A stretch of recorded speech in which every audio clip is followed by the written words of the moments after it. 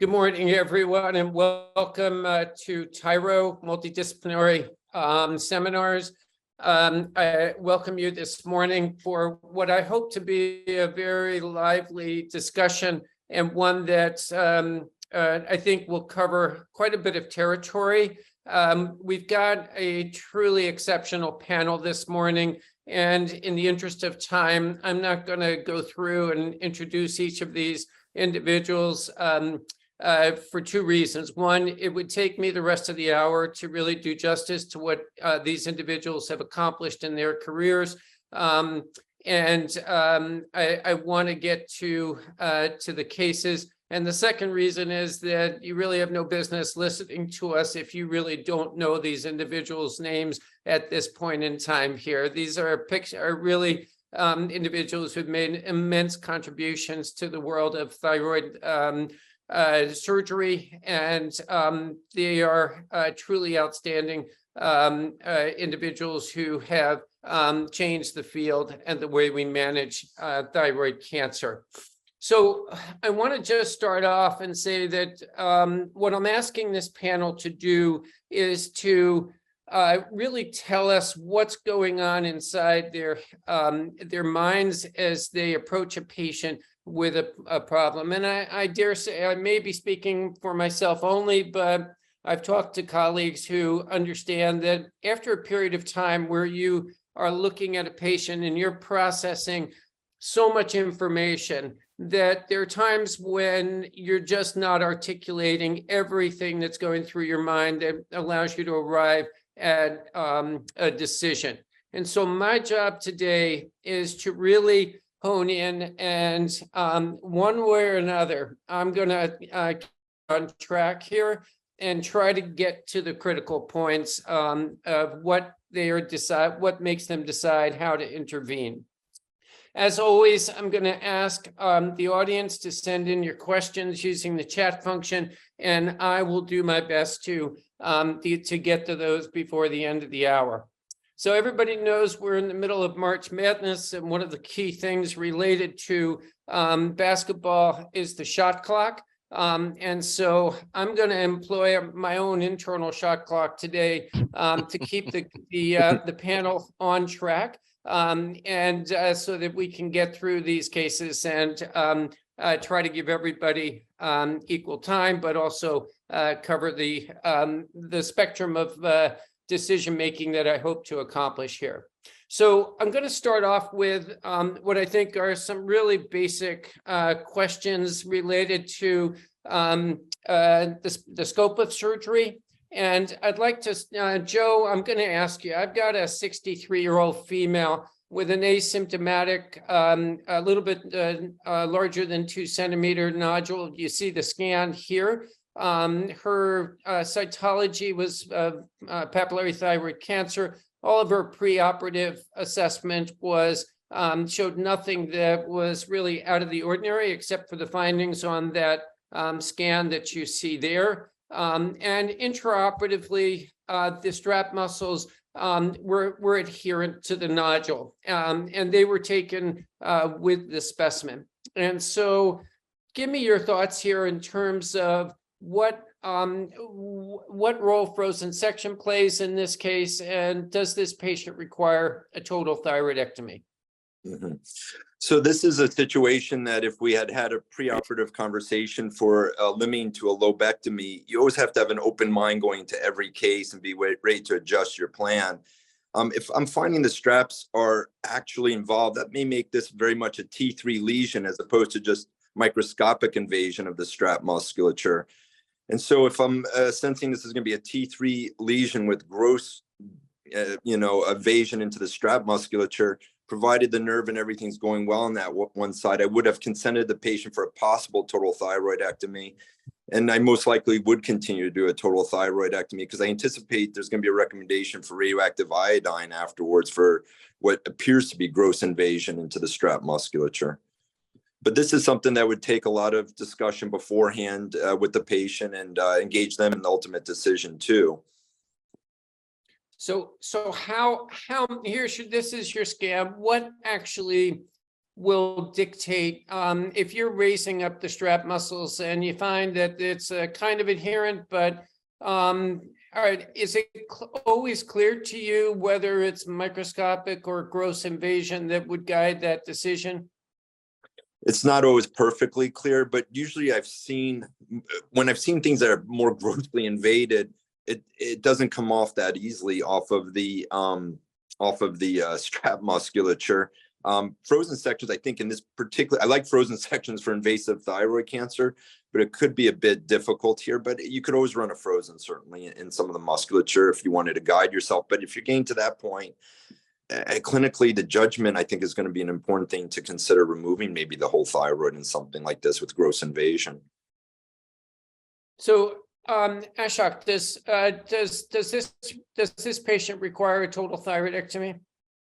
Not in my judgment, because you have got very nicely encapsulated lesion. It is naturally, it is adherent to the strap muscles. You dissect the strap muscles, and the involvement of the strap muscles where you have a satisfactory surgical resection does not need total thyroidectomy or RAI. Let's say, for the sake of discussion, we do total thyroidectomy, as Joe said, and give radioactive iodine. I'm not convinced in my heart we're going to change the biology of this tumor, or we are going to prolong her life by one more day. That's my personal feeling. And on the contrary, will change her quality of life for the next 35 years. She's going to be on thyroid medication. She will be, there is a 2% risk of hypopara and 1 to 2% risk of nerve injury. I'm not convinced in my heart. If she's my sister, absolutely, lobectomy is enough. Great. Okay.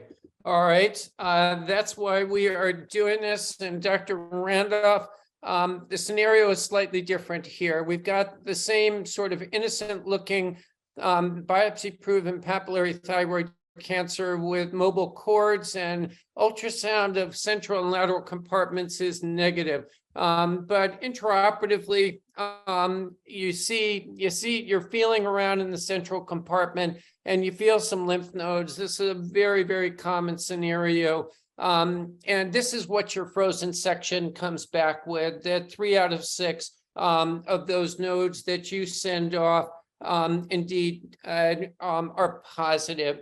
Greg, what are you going to do intraoperatively here? Well, first, I would say this patient first needs good nodal mapping before you go into the OR. This is an example of why CAT scan adds to ultrasound. The times when your pants are down in the OR because you didn't adequately radiographically assess the central neck with ultrasound alone, which has a sensitivity of maybe 25% for central neck nodes, is the problem here, perhaps. So you could have articulated a plan to the patient and to the endocrinologist, knowing that nodal disease, if you had done a little bit more robust evaluation of the central neck prior to surgery.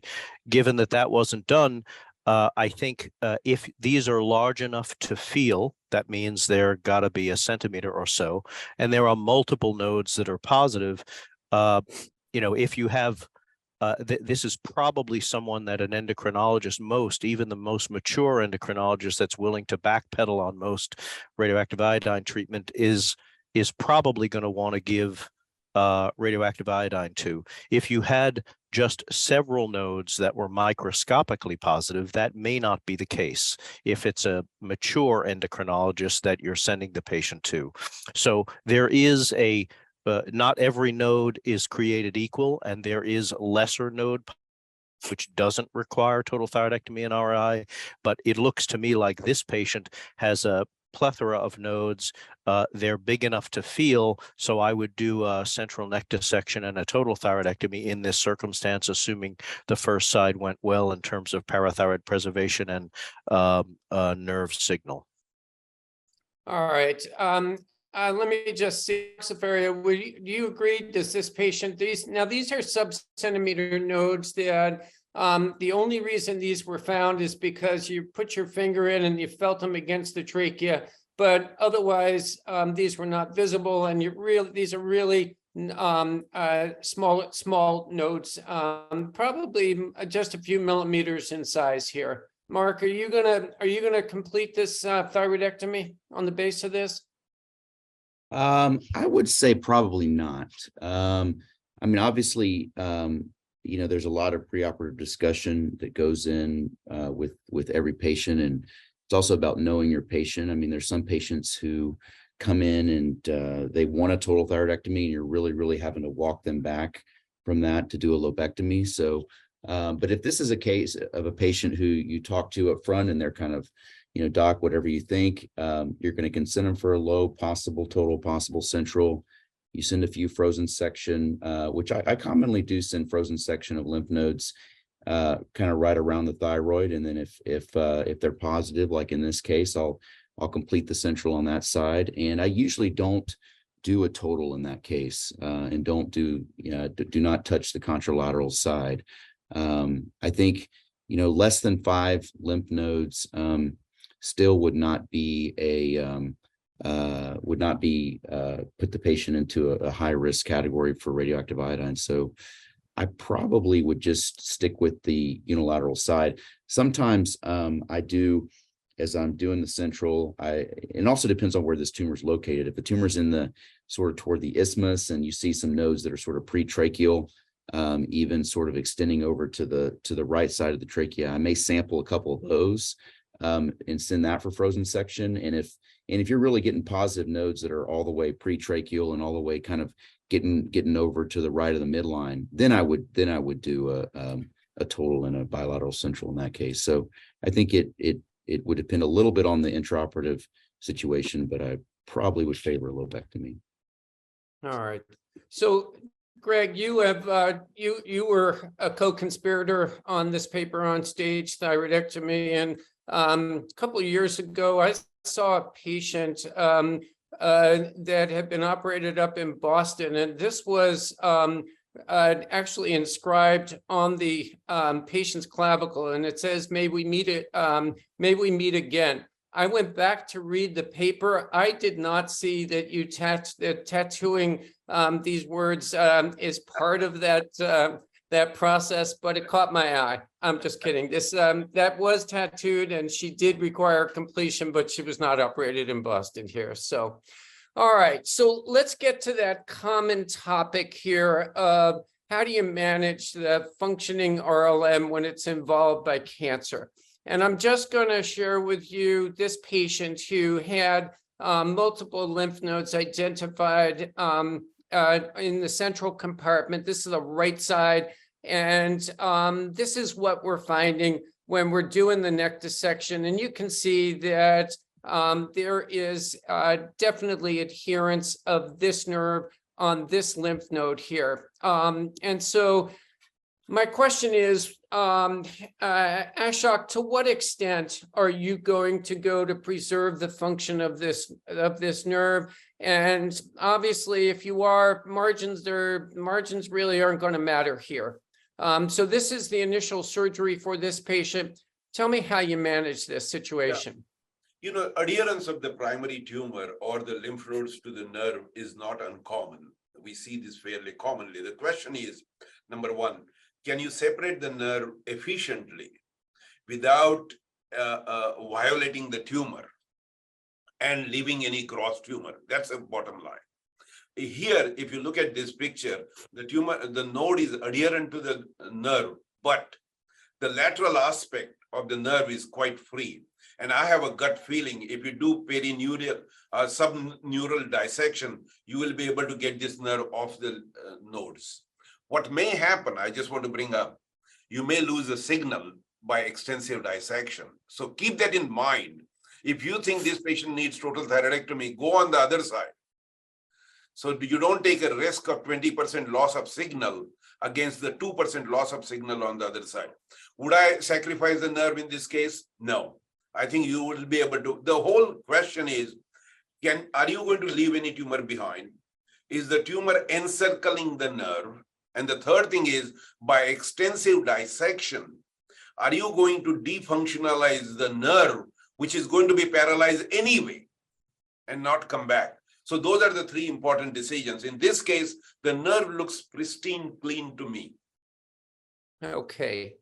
So Greg, in your institution, this is actually an exophytic nodule coming off the thyroid. Tell me, how would this get staged, and how do you actually communicate this information to the pathologist for proper staging? Yeah, I think this is a great case because it's really important. You know, I think we've just published a couple of months ago in Laryngoscope over 60 nerves invaded, and we found that, you know, the recurrence-free survival and overall survival was not related in the setting of nerve invasion to taking the nerve or leaving tumor on the nerve. The improvement was when you gave radioactive iodine. So this is a patient that would require radioactive iodine, but nerve resection is not really important for this patient in terms of recurrence or overall survival. I think the TNM classification needs to be revised because right now this finding would put the patient as a T4A, which is stage 3, and really this should be back in the T3B with strap muscles because it doesn't really have recurrence or survival, meaning the fixation of this nerve to tumor. So I would manage this as Ashok suggested. You have to judiciously dissect this nerve to identify that it is invaded, and you have to be very careful because traction on a normal nerve is much less injurious than when you're dissecting a nerve that is tacked down to disease in the neck. That's a different circumstance, and it's very easy to lose signal. In this circumstance, in my shop, what I would do is dissect this nerve sufficient that the fellow and I feel this nerve needs to be resected or not based on, you know, make a decision about invasion, then stop while I still have preserved the nerve function and signal on this side, go to the second side, make sure the second side is done, has a preserved signal. You have to have at least one signal in the PACU. Then you can come to this side and manage this nerve however you want. This looks like, as Ashok said, this is a adherence to the medial aspect of the nerve. The nerve is not deformed. The nerve is not fusiform or ecchymotic. There doesn't look like there's tumor within the nerve. And so for these reasons, I would do everything I could to preserve this nerve. Even if it meant a small little bit of tumor left on the nerve, I would do that in order to preserve it. Okay, all right. Let me share this case with you, Joe. This is a 29-year-old female with an asymptomatic medullary thyroid cancer that she's got extensive central and lateral compartment adenopathy, and she's got, as I'm doing the neck dissection, her jugular vein is invaded. It's not intraluminal, but there's just it was a very dense adherence here. And as we got to the central compartment to address the thyroid, this is what we're finding. And this is her nerve low down. And right at this point here, we're really starting to get into the thick of it. And this is what this nerve looks like. It was the signal intraoperatively was absolutely fine. And but this is what we're up against. Tell me, how are you going to handle this case here? And I want to get to Mark's opinion as well. Joe? Mm-hmm. So as vocal cord was normal movement before the case, everything was, yep. Okay. Absolutely. Yeah. Yeah, I fully agree with the statements that were made by everyone before. At this point, when I'm looking at a nerve in this condition, I would go to that other side to make sure I could clear and save that other nerve. Although this is medullary, there's not going to be a need for radioactive iodine afterwards. But if I don't feel I can get a gross structural removal of tumor and save the nerve, I would consider taking the nerve and rehabilitating it with nerve grafting at the same setting. Mark, I know you trace these nerves and you do everything you can to try to save them. Does this case qualify? And how does medullary change your mindset here? I agree with how Joe was going to approach this situation. I would make and also what was articulated by Greg and Ashok in the previous case. I don't think the diagnosis of medullary here changes too much in terms of your desire to preserve this nerve. Given that the nerve is stimulating, I would certainly make every effort to to dissect this nerve. Even if I had to leave a little bit of gross disease adherent to the epineurium, I would do that in order to preserve the nerve if possible. Now, as you start to dissect this nerve, you may find that the nerve you get a little bit further along with this dissection, and the nerve is clearly discolored, enlarged. In that kind of a case, even if the nerve is stimulating, the nerve, it's more than just the epineurium is involved. You're getting into the perineurium and endoneurium, and that's a nerve that even if you dissect it off, is probably never going to work again. So there are cases where, as you're working through the dissection, you may end up sacrificing the nerve and doing a nerve graft. But I would make an initial attempt to save the nerve. I don't think microscopic disease on this nerve is going to change this patient's prognosis too much. This patient likely has distant disease with that degree of lymphadenopathy and extra nodal, extrathyroidal extension with the medullary patient. So that would be my approach. Mark, may I make a quick comment? Yep. So that idea of leaving tumor on a nerve, that I agree with what Mark said, that has to be like, you can be very lackadaisical about that in the setting of classic PTC, where you have RAI as a backup for you.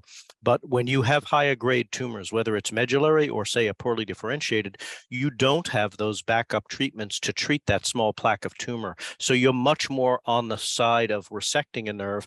But as Mark said, if this medullary patient also has disease in the liver and lung, then you would not do that. So it's to manage the nerve, you have to know the whole patient, you have to know the grade of the tumor, you have to know what non-surgical therapies you have in reserve for that tumor that you might leave behind to preserve a nerve.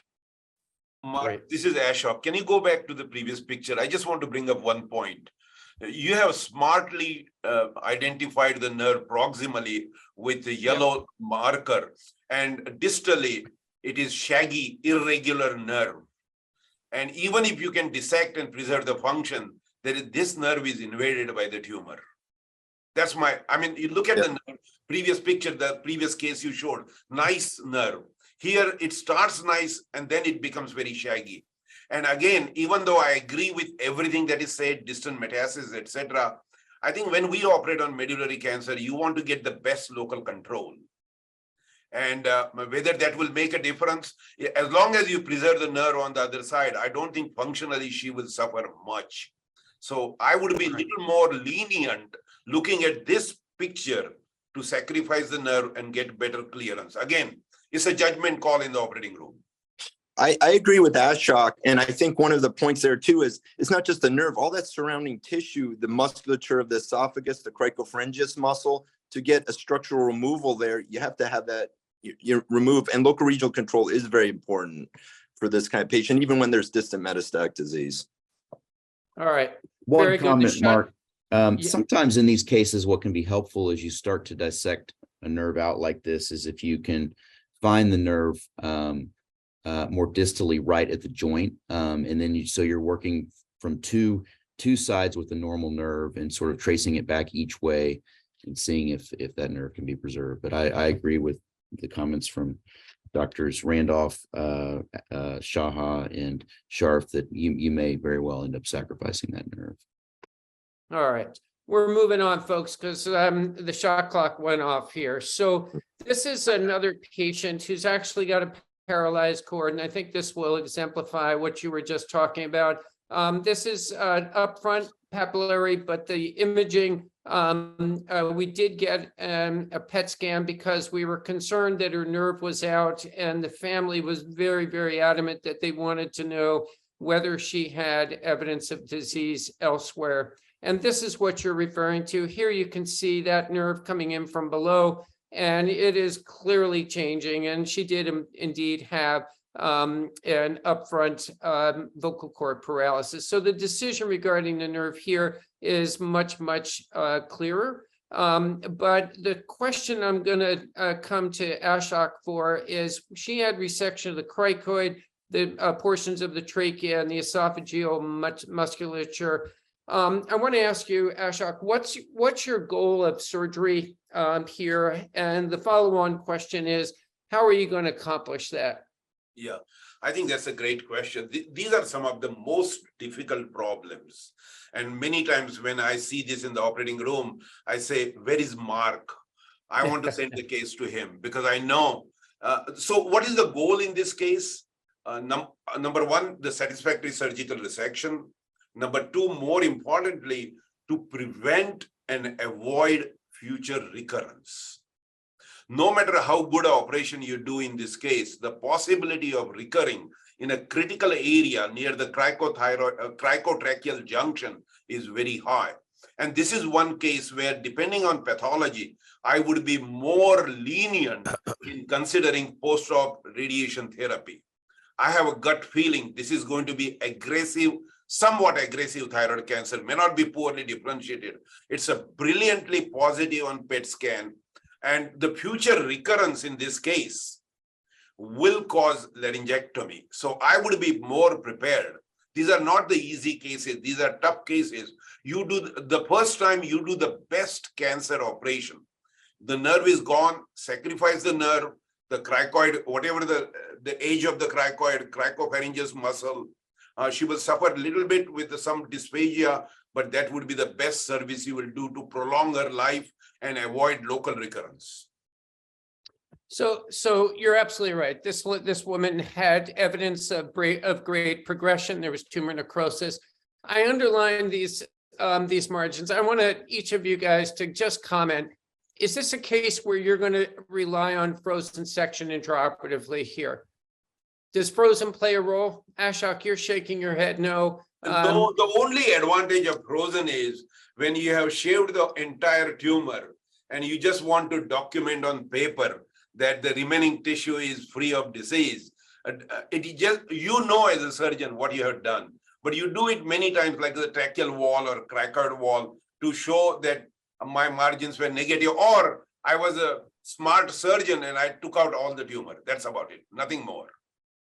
So, Joe, do you get margins in these in this type of case? I don't know if they're, I do get margins, but intraoperatively, I do use frozens to help guide my extent of surgery. The completeness of resection is so important, as Ashok had said. It also will give you prognostic information and maybe even more therapeutic information. In other words, if you find at the end, after a very extensive resection, you still have something positive, and the next move, the next surgery is going to be a loss of organ preservation, that's a patient you might want to think about even external beam radiation on. And it would be nice to know exactly where you could pinpoint that to decrease some of the morbidity from it. Mark Zafereo, again, frozen sections for margin analysis or no? I would use them very selectively. I think in a case like this, you're assuming that there's going to be you're having an R1 resection, probably most likely, and so I think that to try to do multiple margins, kind of 360, I would not do that. But if I was looking at the cricoid or the trachea and I was considering, well, do I take an extra ring here, or do I take a little bit more of the cricoid here? Then if it was going to change what I was going to do intraoperatively, I would select frozen at that point. Greg, do you get a margin on the nerve if it looks like this did? No, I think that microscopic assessment of your airway is smart as you're resecting it. I think the more important parameter is, do you have a sense that you've resected gross disease? That's what you need to do. Are you comfortably around gross disease? The real problem in a patient like this is if a larynx isn't examined, if there isn't a fine cut CT scan preoperatively, then a patient like this, they find nerve invasion, which is different than what we've talked about so far, nerve invasion in the mid-paratracheal region, where the nerve can be taken and the thing is free of viscera. This is, the nerve is slammed into right at the cricoid. So if this is not identified preoperatively with laryngeal exam and CT scan, then the response is going to be a shave resection at surgery with the nerve resected. And the next thing that will happen, we have a patient that's going to need a laryngectomy that I just saw last week with a paraglottic recurrence, because then the disease infiltrates the along the nerve and it becomes within the paraglottic space, and then you have a situation where it's very difficult to preserve the larynx. So I think gross disease resection, your sense of it, margins are wise as an embellishment of that. All right. Okay. Let's talk a little bit about management of recurrent disease. And Ashok, you've got a 33-year-old female who had her original surgery. It was fairly extensive back in 2017, 2019. She came back with positive disease that required a neck dissection. And also she had some central compartment nodes that were left from the original surgery. And one of those nodes did manifest E&E. And so she was lost to follow-up during the pandemic until just in January, when she came in and she had an ultrasound-guided biopsy of a new finding that you can see on this CT scan. Her vocal cords are normal. This is a 6-millimeter node. Tell me, how are you going to manage this patient? That's a tough question. I mean, this is a not uncommon scenario. And the question comes, and I know you brought this up. Do you want to operate on this patient, number one? Number two, can you find this disease in the sea of scar? She had previous 2 operations. And it is not uncommon that you go in, you clean up the whole area, the final report comes, there are 10 negative nodes, and you feel so guilty. You get a CAT scan 6 months later, and the radiologist proudly writes, the disease is still present, has not budged. So there are 2 questions here. Number one, can you find it? Number 2, is it cancer? I would not operate on these people without a needle biopsy to prove that it is cancer, so that the patient and the family are convinced that it is indicated. The third, the risk of nerve injury in this case, iatrogenic injury, is very high. The question is, do you want to have the surgical iatrogenic injury or the tumor-related injury? This tumor is not invading the trachea. It is very close to the trachea. I would buy time. Let the tumor grow. Let the tumor mature. And you may be able to buy 2 years, 3 years, or 5 years of good life and then consider surgery. So it comes back to this question of the size of a central compartment node, and we've all been there. But I would argue this is sitting in a pretty precarious location here. Her vocal cords are normal at this point, and that we do have a positive biopsy. So Joe, what do you let me ask you this: does the prior finding of extranodal extension bother you or affect your decision making here? And how are you going to approach this patient? That doesn't bother me too much. I think the discussion with the patient before that needle is put in is critical, because you have to think downstream. If this is positive, will they want to undergo surgery? Once someone has a positive biopsy, most of them will want to have surgery, and it's hard to talk them away from it. So a lot of that discussion goes beforehand, before you stick something in a sub-centimeter nodule or node. Now that it's positive, I would offer it to them if they wanted it. I agree with Ashok, some of the risks. I do agree with you too, that's in a precarious spot. But I would offer it if they wanted that surgery for that small node. All right. So again, this is all the comparisons from 2020 to the 3 years later. This is a new finding here. Mark Zafereo, does she get surgery, or does she get one of these other options here if she came to you for her management? Well, I think Ashok and Joe have articulated some of the issues very nicely. I think it's just a question. I don't think any of these other options are good except for surveillance or surgery. I don't think there's really any other consideration here that I would consider. I think I would study the scan a little bit more, more images. If this is not right at the cricothyroid joint, I think it's going to be a little bit easier. It does not look like it's right at the cricothyroid joint. It looks like it's lower down in the sort of mid or the more lower right paratracheal area. That's going to be, even though this node on the right very well may be under the nerve, it's going to be easier than something that's scarred in right at the joint.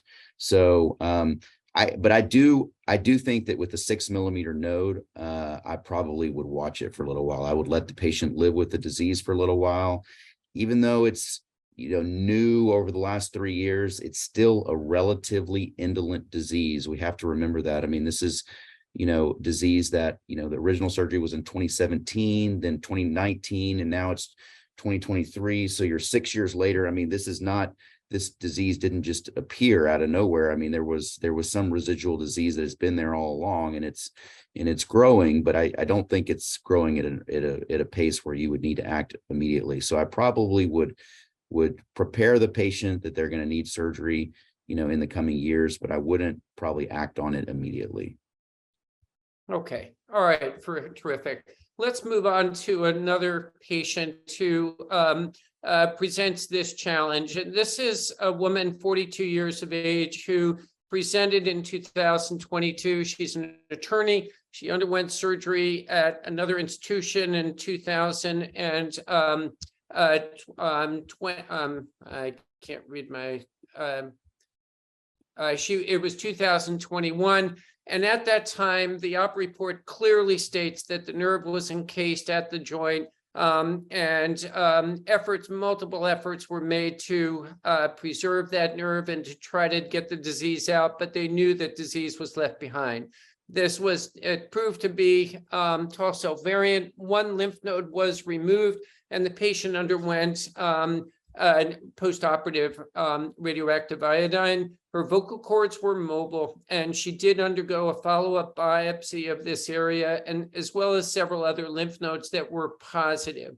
And so preoperative assessment at this time did show that this is FDG avid. The whole body scan at that time was negative at that location. And so she sought multiple opinions. She was having trouble trying to live or to understand how she could live with this disease, and felt like this was a time bomb here. And so these are what some of the consultants had recommended. And my question for you all is, how would you manage this, Greg? Does she get treated at this point? So this is interesting, because if you just read the op note, like all of you, the imaging is great, but you read the op note, this is a nerve that is invaded. That has already been demonstrated to you. You have that plus scar now. So that's the morphology of this. You also know that it's a high-grade tumor, it's PET positive, and this is what Mark was talking about, that this is not a marble floating at tracheal ring 6 in fat, perhaps away from the nerve. This is probably a remnant, which is the little triangular piece of tissue that isn't really a node, stuck right at the lower edge of the cricoid, right underneath that. So for this to be resected, the nerve would need to be resected. That's what I would tell her. I think that's clear. You've already had the first surgeon tell you that. Now you have that plus scar. So I do think that this is a time bomb. This seems to be a high-grade tumor. There's disease there. You could offer some surveillance for a period of time to determine temporal stability in terms of doubling time in terms of size. But I do think that at some point to go in and resect this with the nerve would be a reasonable pathway. So that's what I ended up doing. She was having trouble knowing that she was living with this disease at a critical location, and she ultimately accepted that was the outcome. Let me ask you this, Joe, is this persistent disease different than if this was recurrent disease? Is this a case that requires, and again, here are those margins that are coming back where we had cleared this. Is this a patient that requires further therapy at this time? No, I fully agree with what Greg said. I would do a full resection. I don't think you're going to need, hopefully, any further treatment. I do think for these situations, if you have these patients seen by your voice specialist, the laryngologist ahead of time, it takes such great fear out of the way we could rehabilitate that nerve with nerve grafting, thyroplasty, other actions we have. And so I wouldn't be hesitant to do a proper full structural resection at this point in time for the patient so that we don't have to give adjuvant therapy or have further recurrence. Ashok, do you agree with what's been done, or would you have waited here? How would you have handled this? No, I agree. I think you did very well. And what you did, Mark, is this is not a recurrent disease. This is a persistent disease. And as Greg said, the previous surgeon did not take out the entire tumor for whatever reason. I'm not going to complain about it. So you did the stage 2 of the same operation. You had a long coffee break. You came back and took out the tumor. And at this time, I would observe the patient, knowing very well she's at serious risk of future recurrence. Would I radiate her right now? I think I won't accept the side effects of radiation at this time. Radioactive iodine is not going to help much. You already tried that once. It's not going to help. So I would not invest too much time and energy. This requires a deep discussion with the patient and the family. And the consultant too, who said that I would take out as much tumor as possible and preserve the nerve, that's a vagary. I think that is not going to happen. Either you take the nerve out or you don't take the nerve out. Don't tell the patient that I would take out as much as possible and preserve the nerve. That's not going to happen. Yeah. Mark, I'll just make one brief comment. You've already seen to the audience, you've already seen several cases of invasive disease where neural function was normal preoperatively. And so that's a message here for some of these cases, is that we found about 60% of the time in the setting of a nerve that is invaded, that would require nerve resection to get gross disease out, laryngeal function preoperatively is normal. So when the nerve is out, that's certainly a warning sign, but still respect the x-rays, even if the nerve is functioning. You have to prepare the patient, right? Because you took this lawyer who has normal larynx pre-op and now has a nerve resected post-op, you know, that fits. You can have nerve invasion with normal neural functioning pre-op. Yeah. Okay. These patients are young too. These are young patients, and they're not going to outlive the disease, I don't think. I mean, you're showing very young patients here. All right. I think your comments are absolutely spot on, and I'm just going to move ahead here because I want to get to these last two cases. These are getting a little bit up the scale in terms of decision making, and want to pick your brains here. This is a 55-year-old female who originally underwent total thyroidectomy in another country, followed by radioactive iodine on two separate occasions, dating back now almost 20 years. In 2012, still outside the country, had a neck dissection and for recurrent disease. And at that time, the external carotid artery was taken at the bifurcation. And then she presented to me in September of 2021 with recurrent left neck disease. And this is what we are looking at here. This is a mass. Here's her carotid artery. This is kind of the area right here where I was a bit concerned about, but nonetheless, this was located in the mid-neck. She did on imaging have small, very small, low volume pulmonary disease that reportedly was not growing at a rapid clip here. Mark Zafereo, what are you going to recommend to this patient? So the first question, this is BRAF. Yeah, BRAF mutated. I guess I would want to know what the in addition to the mutation status, the BRAF, what the histopathology is of this. Was it, if it was biopsied, and what, if there was any information, were they calling this papillary? Were they calling it anaplastic? Were they calling it just thyroid carcinoma? Couldn't really tell, or what the pathology would be. That would make a little bit of difference here potentially. I mean, you're presumably dealing with a case where you've had you're dealing with a BRAF mutated PTC. The question is, you know, is this transformed to something, you know, like a poorly differentiated anaplastic, you know, just continuing to dedifferentiate over the years. I think I would, in this case, regardless, I would try the BRAF inhibitor. If this is, if this is PTC and just sort of an aggressive side of PTC, there's this cancer can be thought of sort of as a continuum. It's not just PTC or ATC. There's a whole continuum here. So if it's a PTC that is more toward the poorly differentiated or ATC side, it may not respond that well to BRAF MEK inhibitor, but I would at least try it.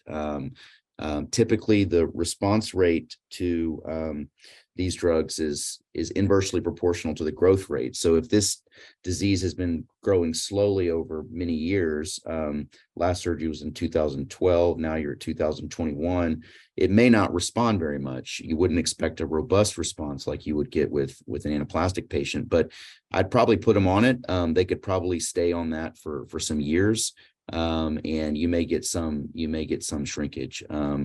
I guess it was hard to tell from the imaging, if the carotid would indeed need to be resected. It looked like that was certainly a consideration, but I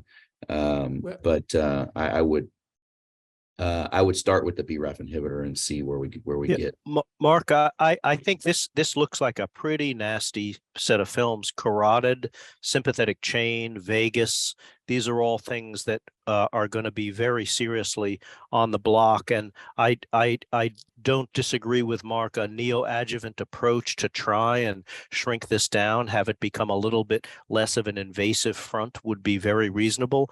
Here, because of what Mark said about BRAF inhibition and double therapy being very good for anaplastic, but not as good, surprisingly, for BRAF-driven DTC, we'd probably do like a lenvatinib neoadjuvant a course here and follow the patient carefully, and the surgery may be tremendously less morbid if you can get some shrinkage over the second, fourth, or sixth cycle of that. So we did go with a trial of dabrafenib, and it sort of felt over the course of a couple months that the tumor had shrunk a bit. This is a follow-up scan. To Mark's point here, she had sacrifice of the external carotid artery, so I was very concerned that artery was going to be very, very difficult to separate if we were to operate. So this is in April. She was tolerating therapy well. One could argue that this had shrunk a little bit. But she asked me if she could go out of the country and for a couple of weeks and then come back for, I was recommending surgery to follow up here. I thought we had reached probably the maximum response for this disease. And so just to dial the clock ahead, 1 month later, this patient came back and she was complaining of hoarseness, aspiration symptoms. Her left vocal cord had gone out in that 1 month interval here. And so we were left with this situation. And at this point, Ashok, what are you going to recommend to this patient? We re-imaged her systemically. Her lung disease had not changed in any appreciable way. Does this lady get surgery at this point? Yes, I think she's right. You already treated her with dabrafenib, trametinib. I don't think you're going to get any more response. Looks like the carotid artery is a little loosened. I don't know that. You'll have to be prepared for, the issue of carotid resection in thyroid cancer or nodal disease always becomes controversial because even if you resect the carotid, you have the disease against the scalenii and everything else. The vagus is already gone. So that's a matter of judgment. I would prepare myself for a possible carotid resection. She's young and you may want to consider that, but I would try to avoid it as best as possible. I think dabrafenib probably is likely to help you, but now she needs a resection and 99% she will require post-op radiation therapy. Otherwise, the future recurrence will be detrimental to her. So I think these are all outstanding points here. What had happened was she had invaded the vagus nerve. And I guess my question to Mark here, I know you've got a lot of experience in this setting. Did we wait too long? And what was that magical moment that the sweet spot for optimizing her neoadjuvant therapy? How do you make that decision here?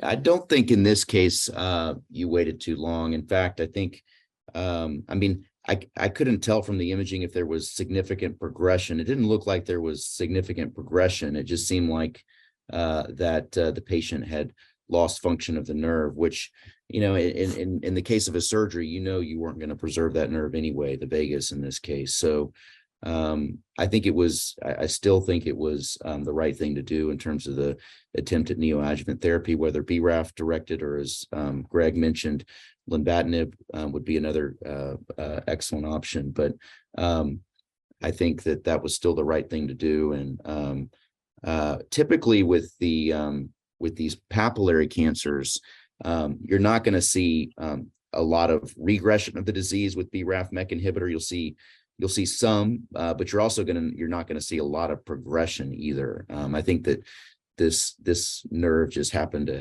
have had it, and it was just time that. Yeah, Mark, I don't see why you're faulting yourself. I think this is a success. I think the timing of it was optimal. The nerve going out is a vagary of the number of fibers that were invaded over time and represents a kind of a microscopic front within the tumor, which overall has been stable to shrunken, and you got around it. So I would say this was strategically managed.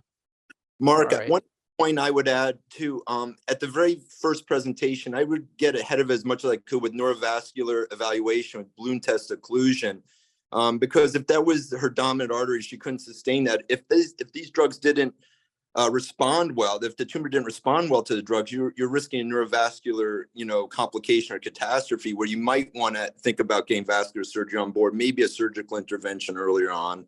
That's the only thing I could add, though, to try to get that data point as soon as possible. Okay, great. That's a great point. So she did undergo surgery, carotid resection, and she has remained stable since that time, but obviously we've got a ways to go for her. Let me get to this final case here, and I really want your collective wisdom on where to go with this.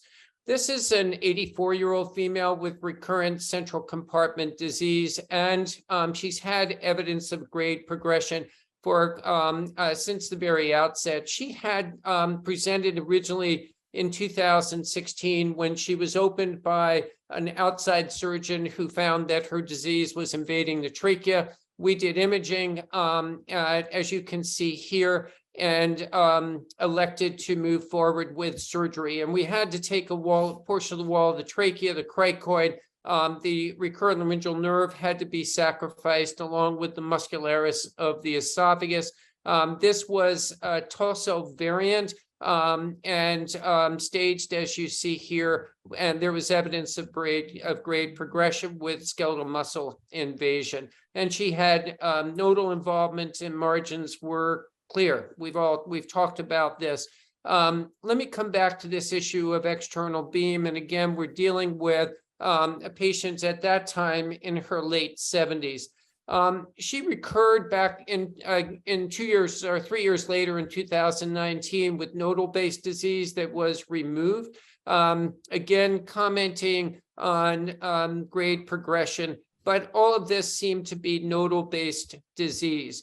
Again, just want to comment that this was BRAF positive, that disease, and she did undergo one more surgery for a recurrent lymph node in the central compartment in 2021. I'm going through this a little bit more quickly because I want to get to 2023. There was a hiatus, unfortunately, due to COVID, that she was reluctant to come in for follow-up until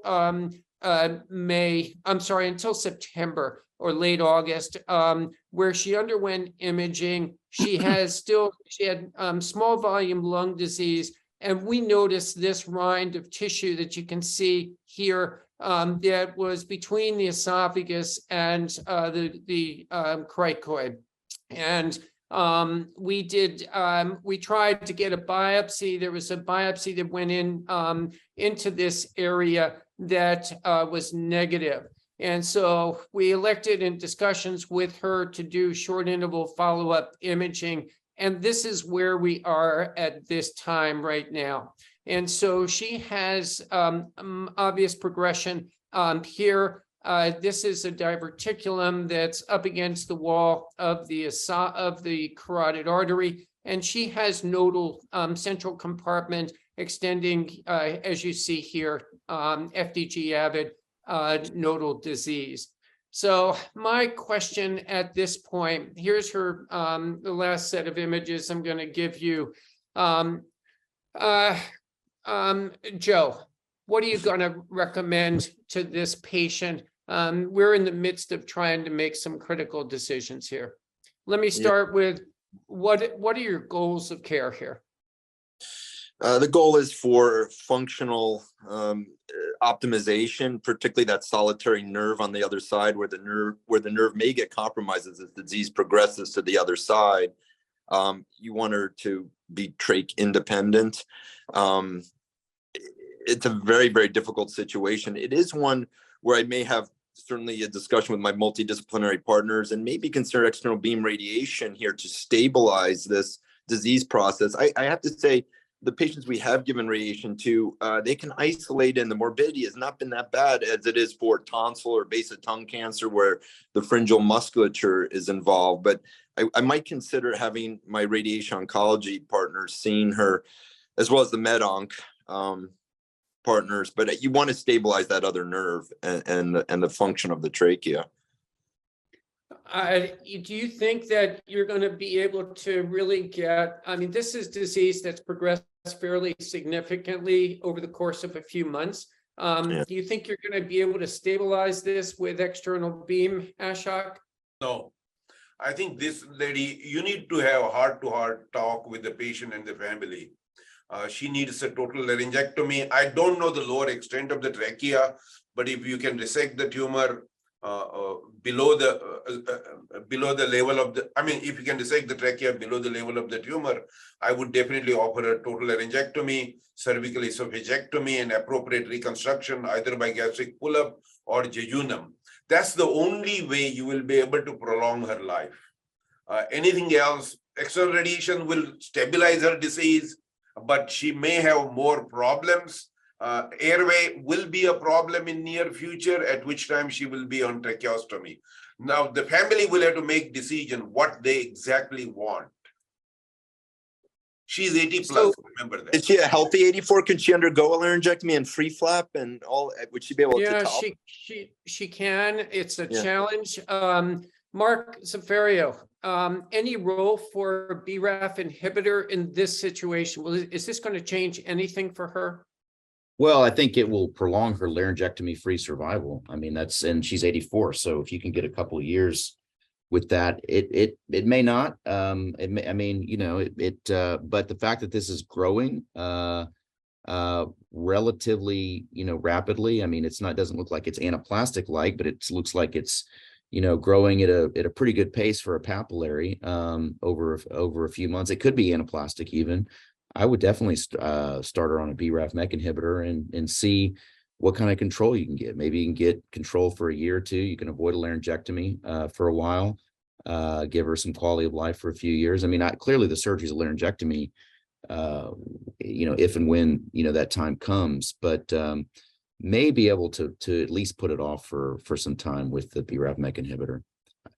I don't think it would not change the ultimate surgery, but I think you could just put it off for a while.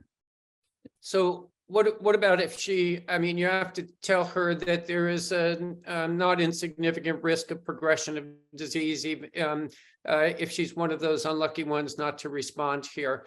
Does that influence how you're advising this patient? Because right now I think she is a surgical candidate. You might lose that window. I mean, yeah, there are a subset of anaplastic patients who don't respond to BRAF MEK inhibitor, but most of them do. And actually, if they're more toward the anaplastic side, they're going to respond pretty well, and they may have a prolonged response. So I would try it. I would try the BRAF MEK inhibitor up front. But it's already been stated. It's a conversation with the patient. If she's healthy and just wants to get this over with and just wants to do the laryngectomy, I mean, I think that's not a wrong thing to do either. But if she's looking to sort of prolong her quality of life without a laryngectomy, she's 84. I mean, I would consider the drug, but it's not with the idea that it would change the surgery at all. This is just laryngectomy free survival here you're looking at. Greg, you've got the final word here. Yeah, no, I think it's I don't disagree with any of these issues. I would say surgery now may be the best way. I don't see her clinical course as consistent with an anaplastic transformation now. The time course is a little bit subacute, and I don't know that fits with that. I think time frame for radiation is not now, but maybe a year or two ago, and that may have been screwed up with COVID. But when you have a half-life of recurrence of every 6 to 12 months, when you get them down to microscopic disease, to radiate them then, as we do with, say, Hürthle cell carcinomas that recur in muscle every few months, that external beam has a role in, I think, establishing stability in such a patient. But I would say surgery now would be reasonable. This is a difficult patient. All right. Listen, I want to thank you. We are up against the end of this session, and I apologize to those who sent in questions. That was my bad here. Ashok, that St. Patrick's Day celebration at the bar down the street is happening, so I want you to go out, change your tie before you get there. I'm heading that way. Can you join me? There you go. Okay. Listen, I want to thank you all. This has been a great session, highly informative. And everybody, I want to just put in a quick plug. Ashok Shaha will be coming back next week to host a tumor board next Friday morning. Thank you all very much. Have a great day. Thank you all. Happy Thank you. St. Patrick's to everybody. Happy St. Patrick's. Happy St. Patrick's. Great. Thank you.